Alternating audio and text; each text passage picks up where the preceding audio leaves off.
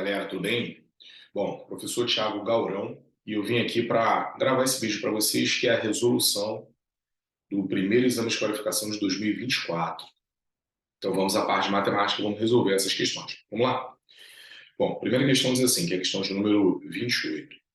A sequência do tipo AN igual 00550, reticências, em que n pertence aos números naturais, é definida por. Se liga na definição. A1 e A2 são iguais a zero, você pode perceber isso na sequência. O A3 vale 5, você pode perceber isso na sequência também. Aí olha como é que os outros termos são definidos. Do AN é um valor x, onde x é o algarismo da unidade simples da soma AN-1 mais AN-2 mais AN-3. A soma dos 100 primeiros elementos da sequência AN é igual a quanto? Vamos lá? Bom, essa é uma daquelas questões de sequência que envolvem recorrência, ou seja, eu preciso saber quem são os termos anteriores para que a operação entre esses termos me dê o próximo termo. Só que dessa vez a UERJ cobrou uma sequência onde cada termo é definido pela soma dos três anteriores. E foi justamente por isso que ela precisou dizer quais eram os três primeiros termos. Porque eu só consigo saber o quarto através da soma dos três anteriores, então preciso que eles estejam definidos. Então a lei de formação diz o seguinte: o primeiro termo e o segundo são zero, o terceiro termo vale 5, e o quarto termo é o algarismo das unidades simples, né, o algarismo das unidades, da soma dos três anteriores. Se você somar os três anteriores, 0 mais 0 mais 5, vai dar 5. Então, o próximo termo vai ser 5. E isso já está na própria questão, né? A questão já disse ali que o próximo termo é 5. Agora, para achar o próximo, o que eu tenho que fazer? Somar os três anteriores. Quando eu somo aqui dá 10. Só que eu não vou colocar 10 aqui, porque a questão pede para eu colocar somente o algarismo da unidade. Então, vamos lá, galera. A sequência que foi dada para a gente diz que cada termo é o algarismo da soma, é o algarismo da unidade da soma dos três números anteriores. Quem é a n-1? A n-1 é o anterior a uma n. A n-2 é o anterior a ele. E o n-3 é o anterior a ele. Ou seja, a soma desses três vai dar o n. Só toma um cuidado nesse detalhe, né, que a gente já comentou, que não é que você vai colocar a soma dos três, você vai colocar o algarismo das unidades. Tudo bem? Vamos lá. Se eu somar esses três vai dar 10. O algarismo das unidades do 10 é o zero. Se eu somar esses três vai dar 5. Já é só unidade. Se eu somar esses três vai dar 5. Já é só unidade. Se eu somar esses três vai dar 10, coloco zero. Se eu somar esses três vai dar 10, coloco zero. E por aí vai. O que eu reparo na minha sequência? Eu reparo que a cada 4 termos, a minha sequência se repete. E aí acabou a questão praticamente, né? Porque se a 4 termos a minha sequência se repete, eu quero a soma dos 100 primeiros termos, bom, em 100 termos eu tenho 25 grupos de 4 termos. 25 vezes 4 não dá 100? Se eu tenho 25 grupos de 4 termos, o que eu posso fazer? Eu posso dizer isso aqui, ó. Cada 4 termos, a soma é 10. E é só você somar 4 termos consecutivos aí, ó. 0 mais 0 mais 5 dá 10. Soma 10. Como eu tenho 25 grupos de 4 termos, eu tenho 25 grupos em que a soma dá 10. Então você vai somar 10, 10, 10, 10, 25 vezes. E 25 vezes 10 dá 250. E essa é a alternativa correta. Tudo bem? Deixa eu ver aqui qual é a letra certa. A alternativa correta aí é a letra D de dado. Tudo bem, galera? E aí o que rola é o seguinte, a UERJ já cobrou uma questão recente sobre isso, tá? Teve uma questão que já caiu na UERJ, onde ela dava uma sequência, que também era uma recorrência, onde cada termo era a soma dos dois anteriores, e ele pediu o 70º termo. Só que quando você escrevia a sequência, os números iam crescendo os números iam se repetindo de 6 em 6, né? E nessa questão ele pediu a soma dos três anteriores, o algarismo das unidades, e aqui os números vão se repetindo de 4 em 4. Tudo bem? Vamos lá, galera. Segunda questão. Segunda questão fala de MDC. Ó, considere os seguintes números naturais. O x e o w e o z, que estão aí. Sabendo que o MDC entre x, w e z é 24, o valor de y é... E, galera, essa questão eu acho que ainda vai gerar polêmica, tá? Porque, na verdade, tem várias alternativas corretas aí. Isso é passível de anulação. Vamos ver como é que a UERJ vai se posicionar. Mas o que rola é o seguinte, o MDC entre esses valores deu 24. O que é o MDC? É o maior divisor comum aos três. Então tem que dar uma analisada nos divisores do 48, nos divisores do 120, e nos divisores desse número aqui, que eu não sei quem é o expoente y, para ver quem é o maior divisor possível. Só que a questão já afirma para a gente que esse MDC é 24. Aí repara uma coisa, 48 não é a mesma coisa que 24 vezes 2? 120 é a mesma coisa que 24 vezes 5. Então repara que 2 e 5 não são números que têm divisores comuns. Não tem fator aqui no 2 nem no 5, até porque eles são primos, né? Os únicos fatores são eles mesmos e 1. Aí não altera o MDC. Não tem nenhum fator aqui que eu possa repetir nos dois e que tendo nos dois poderia ter um terceiro, sabe? Não, é 24 aqui, esse é MDC já. O MDC desses dois já é MDC de todo mundo. Então aqui em cima, eu preciso ter 24 vezes alguém. Só que aí é que está o problema. Se liga só, vou resolver a questão e vou te mostrar qual é a polêmica. Para ser 24 aqui, você tem que ter 3 vezes 8. Tudo bem? 3 vezes 8 é 24. E para que aqui seja 8, significa que 2 elevado a y tem que ser 8. Então y tem que ser 3. Beleza? Aí aqui sendo 8, vai ficar 3 vezes 8, 24 vezes 25. Isso nesse caso aqui de baixo, né? No caso aqui y é 3. Agora, se aqui fosse 2 a quarto, 16. Se aqui fosse 16, não teria problema nenhum. Só aqui mudaria para 50. Por quê? Porque se eu acrescentei um fator 2 a mais, e aqui estava 25, vai ficar 2 vezes 25, 50. Que não tem nenhum fator comum com os outros. Você concorda comigo que não tem nenhum fator no 50, no 5 e nos 2 que apareça ao mesmo tempo nos 3? Então, o meu MDC não muda se eu colocasse 2 a quarta, ao invés de 2 ao cubo. Se eu colocasse 2 a quinta, também não. 2 a sexta, também não. 2 a sétima, também não. Porque para ter um fator comum aos 3, teria que ser 2 e 5 aqui, 5 e 2 aqui, teria que ser alguém dos 3 aqui. O que eu fizer está valendo. Ou seja, o que eu acho é que faltou no texto a palavra qual é o menor valor para y. O menor valor para y é 3, que está lá no gabarito também, tá? O gabarito lá diz que é 3. Mas se fosse 4 ou 5, e tem alternativas assim, poderia ser também. Tudo bem? Então, o menor valor para y, que eu imaginei que seja o objetivo da questão, menor valor para y, né? Não é? Então, me descer daqui, ó, que é o fator, é o maior fator possível que aparece nos 3. E aí, como eu só vou variar o expoente do 2, eu poderia ter várias possibilidades. A menor delas é 3. Tudo bem, galera? Essa alternativa aqui, se eu não me engano, é B de bola. Vamos lá? Isso, alternativa B de bola, tá aí. Mas, ó, vou colocar B de bola e vou colocar um asterisco aqui, tá? Que ele também poderia ser C ou D, que o MDC continuaria sendo 24. Bom, vamos lá, galera. Questão de número 30. Questão número 30 é uma questão de geometria espacial. Ela fala de prismas, né? E aí vamos dar uma olhada nela. Diz assim, a figura a seguir representa um prisma reto. Importante saber que ele é reto, né? Prisma reto, galera, significa que a aresta lateral já é a própria altura do prisma. Tudo bem? Ele é um prisma reto com aresta lateral medindo 10. Então a altura é 10. Sua base é um trapézio com 3 lados medindo 3 e o quarto lado mede 6, igual está no desenho. O volume do prisma em metros cúbicos é igual a... Vamos lá, galera. Para a gente calcular o volume de um prisma, tem uma formulazinha que é a área da base vezes a altura. Como a questão já falou que é um prisma trapezoidal, a base é o trapézio. Então eu preciso calcular a área do trapézio e depois multiplicar pela altura, que é 10. Então repara que a altura já está resolvida. O meu foco mesmo é a área da base. Então por isso que eu desenhei apenas a base aqui para a gente trabalhar. Como é que eu calculo a área de um trapézio? Bom, a área do trapézio tem uma formulazinha que é base maior mais base menor vezes a altura sobre 2. Então eu preciso encontrar a altura desse trapézio, porque eu só tenho base maior e base menor. A altura média de quanto? Mas vamos lá encontrar a altura? Para encontrar a altura a gente faz o seguinte, ó. A gente vai lá no vértice da base menor e traça a altura até a base maior. Vai lá no vértice da base menor, traça a altura até a base maior. Então, a gente faz um segmento aqui que é perpendicular, tudo bem?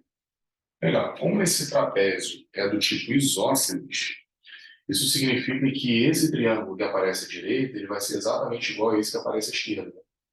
E dá para a gente saber as medidas desses segmentos que estão aqui em cima. Porque esse aqui no meio mede 3 e tudo é 6, sobram 3. Só que esses 3 que sobram, eles vão ficar divididos em 2 partes. Aqui vai ficar metade do 3 que sobrou e aqui vai ficar outra metade. Ou seja, para eu descobrir a altura, basta eu fazer epitágoras nesse triângulo. Tem hipotenusa 3 cateto 3 sobre 2 e cateto H. E aí, vamos fazer pitagóras. Vamos nessa? Vamos lá, vai ficar assim, ó.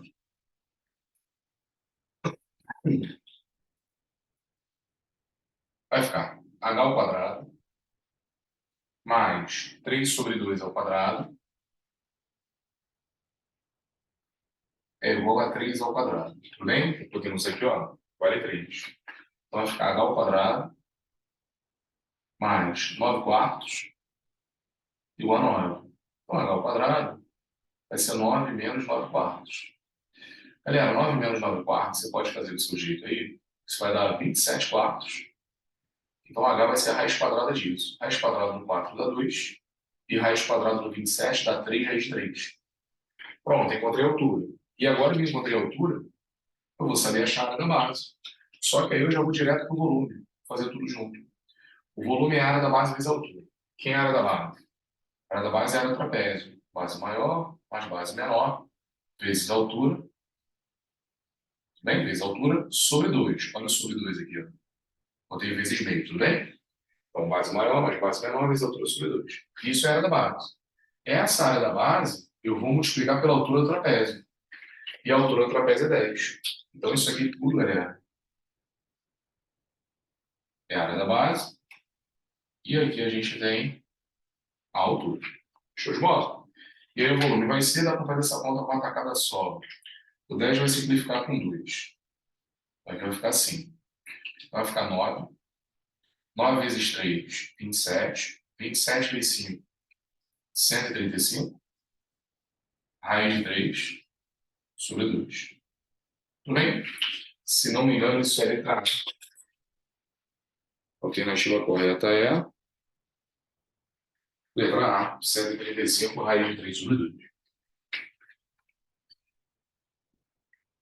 Tudo bem, pessoal? E vou te falar, a UERJ, na sua história, tem muitas questões de geometria espacial que são bem difíceis, assim, né? Bem trabalhosas, muita coisa para fazer. Essa não foi uma questão dessa, não. Essa foi uma questão até bem normalzinha. A gente precisava saber usar o trapézio bem, traçar a altura e fazer Pitágoras. Depois calculava o volume tranquilamente. Tá? 2 etapas aí, Pitágoras, cálculo de volume, resolver a questão. Tá bom? Pessoal, questão número 31, para mim, é a melhor questão da prova. E a UERJ já cobrou uma questão parecida com ela em vestibulares passados. Que duas, na verdade, né? Uma que tinha um trapézio e uma outra mais antiga, que também falava de quadrados assim que se reuniam. Vamos lá? Diz assim, pessoal. Os azulejos quadrados ABCD, DFG e FH e J foram dispostos em um monstruário, conforme ilustrado na imagem. Nesse arranjo, os vértices B, C, E, H e I são colineares, está todo mundo ali, ó, mesma linha.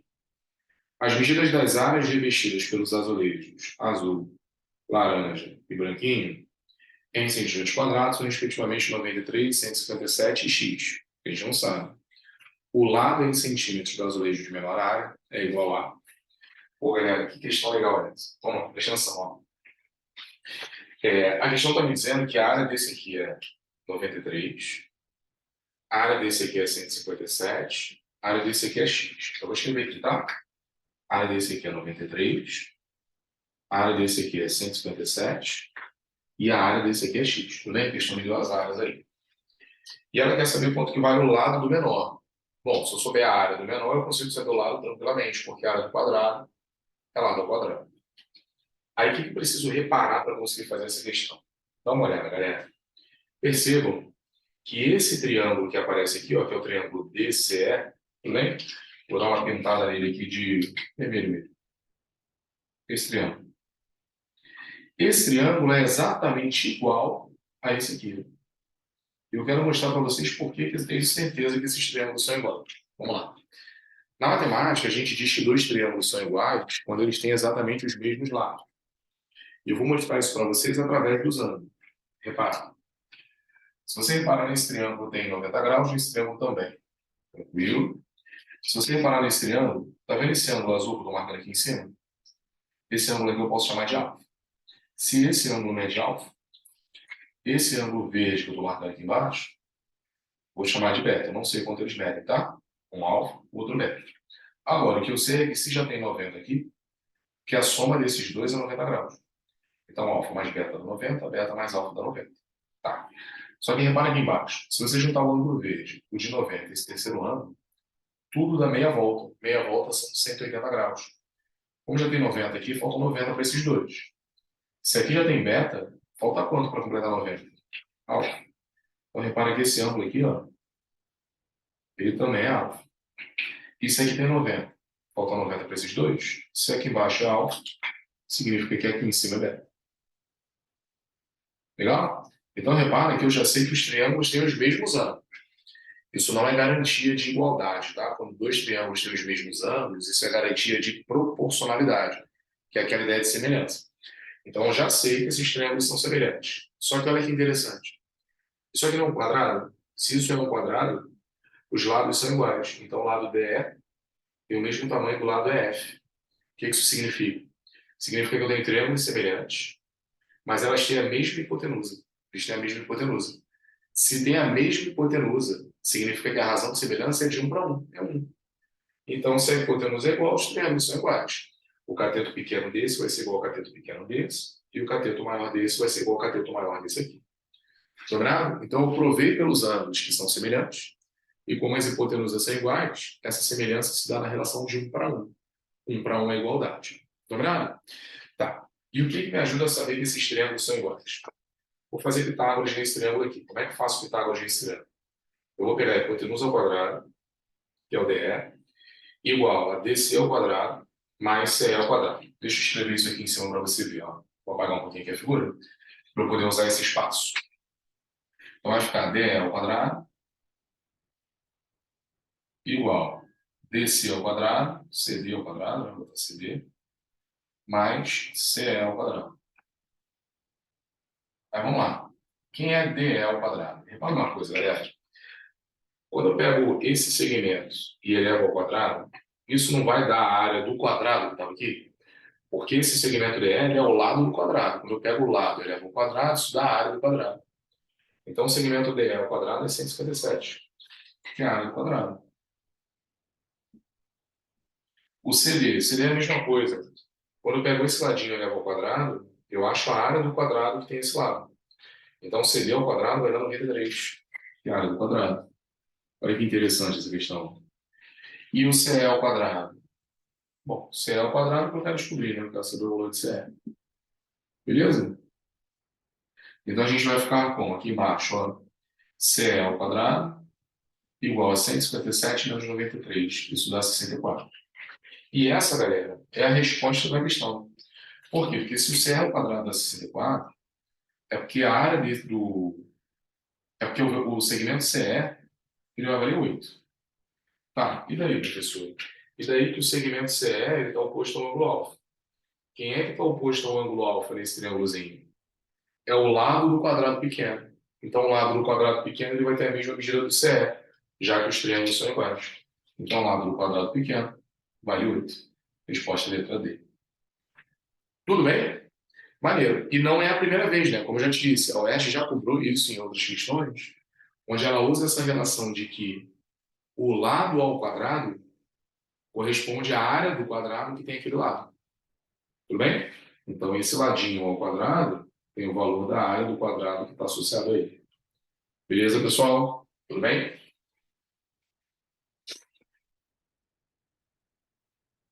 Letra D, isso mesmo. Vamos lá, galera. Questão 32. Questão 32 é uma questão que fala de função do primeiro grau, que tem retas aí no gráfico, mas que também exige que a gente faça um sistema para achar o ponto de interseção. Vamos lá. Diz assim, ó. Observe o plano cartesiano, no qual estão representadas as funções f e g. Tá aí o desenho. O ponto P de interseção entre os gráficos dessas funções possui a abscissa W, cujo valor é. Então, eu quero saber o valor de x do ponto de interseção. Tudo bem? A abscissa é o valor de x. Bom, galera, a gente vai precisar encontrar as funções aqui, né? Chutar o valor de W até rola, porque assim, entre 0 e 5 ele está mais para cá, né? Então ele está depois de 2,5. Então você poderia ficar na dúvida aí se é 3, 3,5, marcar uma dessas dúvidas. Mas isso é um chute, né? A gente está confiando no desenho. Vamos lá, como é que eu acho a função f, como é que eu acho a função g? Bom, as duas funções são funções de primeiro grau. E toda função do primeiro grau tem a mesma cara, que é y igual a ax mais b. Tudo bem? Tem algumas maneiras de encontrar o A e o B, que é o que a gente precisa para encontrar a função, só que eu vou escolher aquela maneira que eu acho mais rápida, mais prática, que dá até para fazer de cabeça. Que maneira é essa? O B é onde corta o eixo Y. E se você reparar, a reta azul, ela corta o eixo Y no 15. Então já sei que o B é 15. Pronto, o B já foi. Legal? Agora, para achar o A, tem uma formulazinha para achar o A, né? O A, ele sempre é ΔY sobre ΔX. Como assim? Você tem que pegar dois pontos, que eu tenho dois pontos da função f, e observar nesses pontos qual foi a variação entre os valores de y, qual foi a variação entre os valores de x. Vou começar pelo y. O y desse ponto é 15, né? Lembrando que y é sempre a altura do ponto. O y desse ponto é 15. E o y desse ponto é zero, porque esse ponto aqui ele tem a altura zero, ele não está nem para cima nem para baixo. Do 15 para o zero, o que aconteceu? Do 15 para o zero diminuiu 15. Agora vamos observar o eixo x.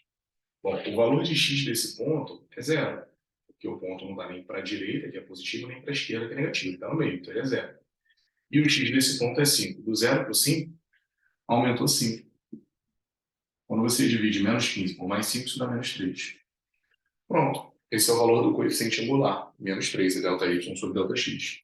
Então, a função f, ela vai ficar com y igual a menos 3x mais 15.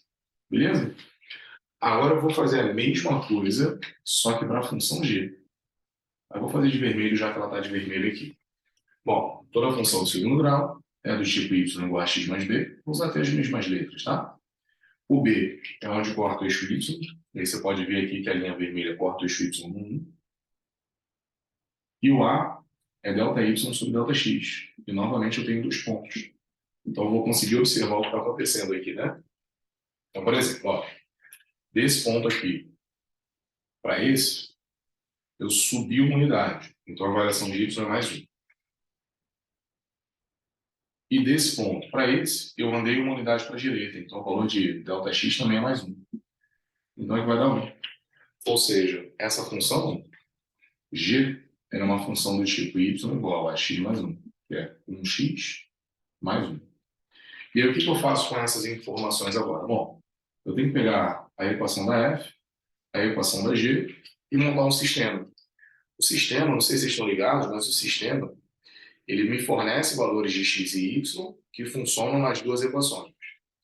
X e y para a gente, no plano cartesiano, é um ponto. Então, é um ponto que serve para as duas funções. Qual é o único ponto que serve para as duas funções? É o ponto de interseção. É por isso que toda vez que tem interseção, a gente faz sistema. Então, vai ficar assim, ó. Y igual a menos 3x mais 15. Primeira equação. Segunda equação é y igual a x mais 1. Aí eu vou usar aquele método da comparação. Vou igualar, né? A galera chama de igualar. Então, menos 3x mais 15 é igual a x mais 1. O y de cima é igual a y de baixo, então igualei. Passa para lá o menos 3x e 1 passa para cá. 1 passando para cá fica 14. Menos 3x passa para lá fica 4x. 14 sobre 4 é a mesma coisa que 7 sobre 2. Beleza? Que é o famoso 3,5. Tudo bem, galera? Alternativa correta aí, essa questão. É a alternativa letra C. E é 7 sobre 2.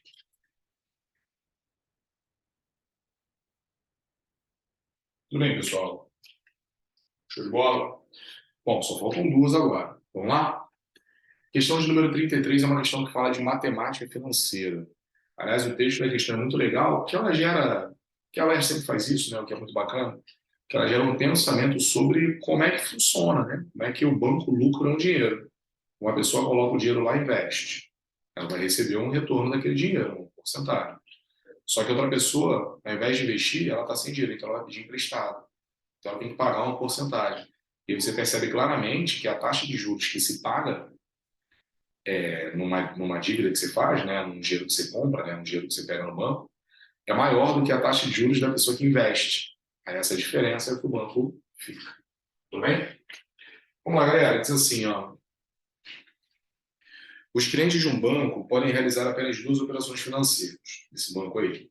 Fazer investimentos que rendem juros compostos a uma taxa mensal de 1%, taxa mensal, tá? De 1%, ou pegar empréstimos com juros compostos a uma taxa mensal de 5%.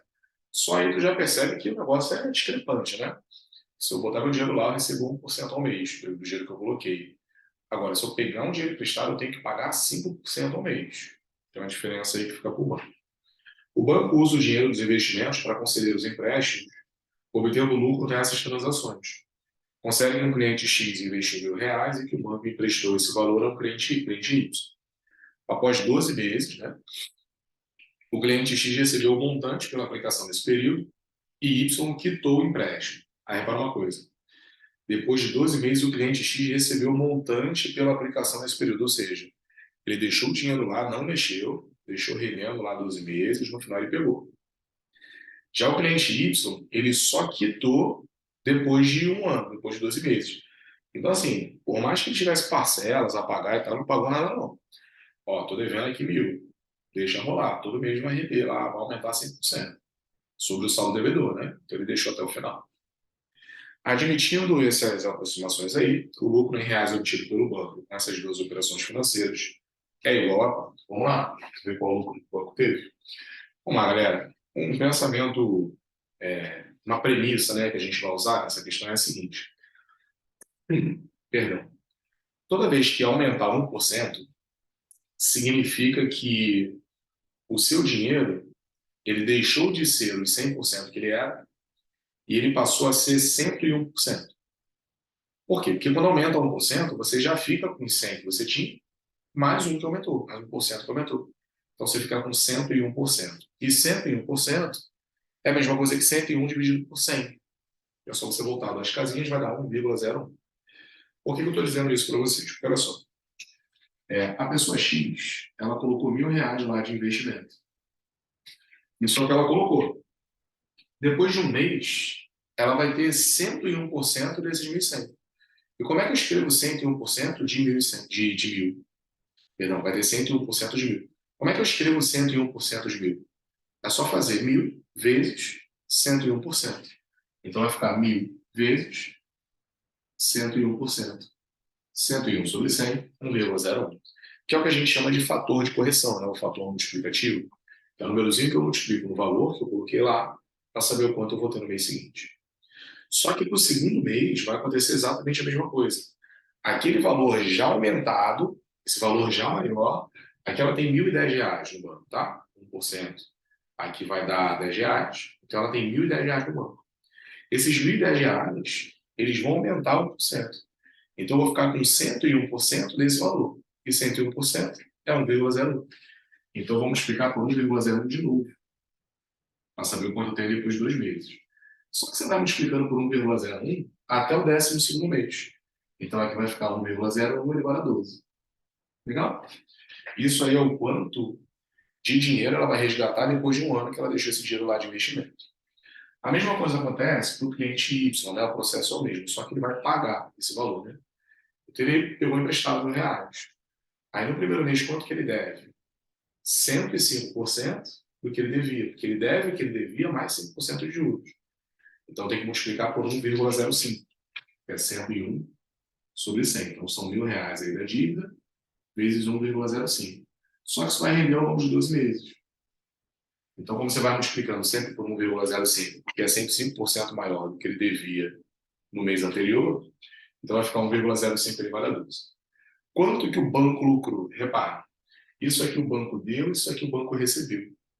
O quanto ele recebeu menos o quanto ele pagou é o lucro. Então, quando eu fizer Y menos X, eu vou saber qual é o lucro do banco. Aí vai ficar 1.000 vezes 1,05 elevado a 12. Aí a questão falou que 1,05 elevado a 12 é aproximadamente 1,8. Isso está escrito no texto, tá? Menos X. X é 1.000 vezes 1,01 elevado a 12, que a questão falou que é a mesma coisa que 1,13. Isso também está no texto. Tudo bem? É só substituir a aproximação que foi dada.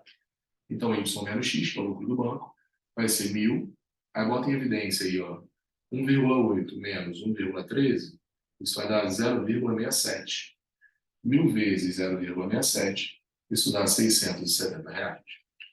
Então, o banco lá paradinho, E aí você pode julgar, de acordo com a sua visão da coisa. O banco lá paradinho e pegou R$ 1.000 que um colocou, emprestou para o outro, não mexeu no dinheiro dele, e lucrou R$ 670 no final do ano. Tudo bem? A alternativa correta para essa questão é a alternativa letra C, que diz lá R$ 670. Nada, galera. Bom, não é surpresa para ninguém que a UERJ gosta de cobrar base combinatória e probabilidade. Isso faz parte aí do histórico da UERJ, né? É o assunto mais incidente aí que já apareceu nas provas da UERJ. Então vamos lá, última questão aí de probabilidades assim, ó. Para fazer o sorteio de um livro, 4 amigos colocaram 3 bolas brancas e 2 pretas em uma caixa.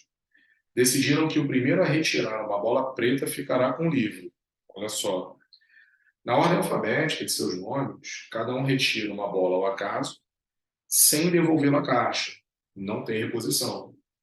A probabilidade do terceiro amigo retirar a primeira bola preta e ficar com o livro é igual a quanto? Bom, o primeiro que retirar a bola preta vai levar o livro. Eu quero saber a probabilidade de o primeiro a retirar a bola preta ser o terceiro amigo. O que aconteceu com os 2 primeiros, então? Retiraram a bola branca. Vamos lá. Qual é a probabilidade de o primeiro amigo, seja lá ele quem for, retirar a bola branca? Bom, tem 5 bolinhas e tem 3 brancas. Então, a probabilidade do primeiro tirar a branca é 3 em 5. Qual é a probabilidade do segundo tirar uma bola branca? Bom, agora só tem 4 bolinhas, porque elas não foram repostas. E dessas 4 bolinhas, 2 são brancas, porque uma branca já foi tirada. Aí agora vem o terceiro amigo. Esse terceiro amigo vai tirar a bola preta. Tem 2 pretas, de um total de 3 bolinhas na caixa.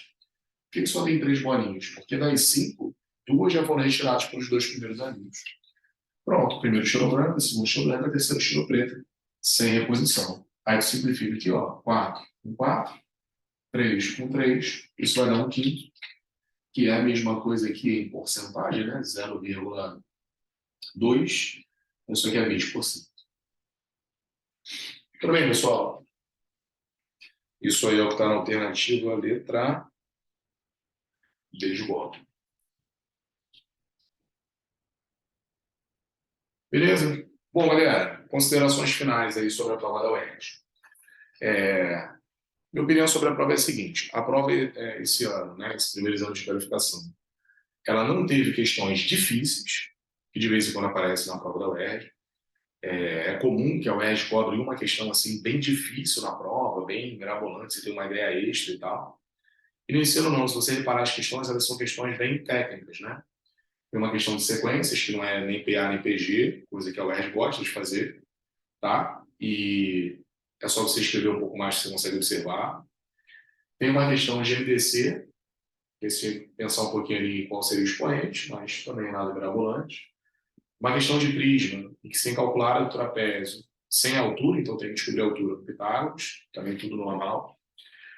Essa questão talvez seja uma questão assim, a que eu gosto mais, né? Mas a questão é que você tem que ter uma ideia, pensar no lado, na área, mas a UERJ já cobrou questão assim.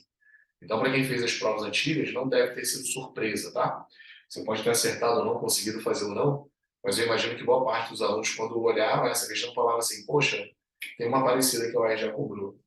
Então, ainda que ela seja, talvez, a que você precise de mais ideias, também nada demais. Já teve antes, já tem história. Função no primeiro grau, encontrar a informação de fazer um sistema, que é ponto de interseção. Matemática financeira, aplicar o fator de correção ali. E repara assim, eu fiz a questão sem a fórmula do montante. Por quê? Porque dá para fazer intuitivo, né? Dá para fazer usando só as ideias de porcentagem. Mas quem sabe a fórmula do montante pode aplicar lá também. Montante é capital vezes 1 mais i elevado ao tempo. Dá igualzinho, dá a mesma coisa. E a última questão é uma questão de probabilidade que até me surpreende. Porque geralmente as questões de probabilidade da UERJ são questões que você abre em casos, pelo menos um. E essa não, essa foi uma questão que era só aplicar bonitinho. O primeiro, probabilidade tal, o segundo tal, o terceiro tal, acabou, 20%. Tá? É isso, galera. Espero que vocês tenham ido bem. Para quem foi bem, conquistou o objetivo, agora se dedica aí aos outros objetivos, Enem, outros vestibulares. Para quem não foi bem nessa prova, lembre-se que a UERJ tem 2 exames de qualificação, então você vai ter uma segunda oportunidade. E a grande dica que eu te dou para a UERJ é: faça provas antigas e muitos exercícios sobre os assuntos que você está com dificuldade. Tentou fazer a prova antiga, não conseguiu fazer a questão de matemática financeira. treine muita matemática financeira. Tentou fazer a prova antiga, não conseguiu fazer questão de probabilidade. Treine probabilidade. É um ótimo método para você conseguir ir na UERJ, que é uma prova com poucas questões de assuntos variados. Então, vai na prova antiga, vai no histórico. Tudo que está aqui já caiu. Tem nenhuma novidade aqui, tá? Então, tudo que está aqui já caiu, então vai na prova antiga. E treina muito aquilo que você tiver dificuldade. Bom, galera, você que ficou até aqui, um abraço. Tudo de bom para você, sucesso aí no seu vestibular. Valeu!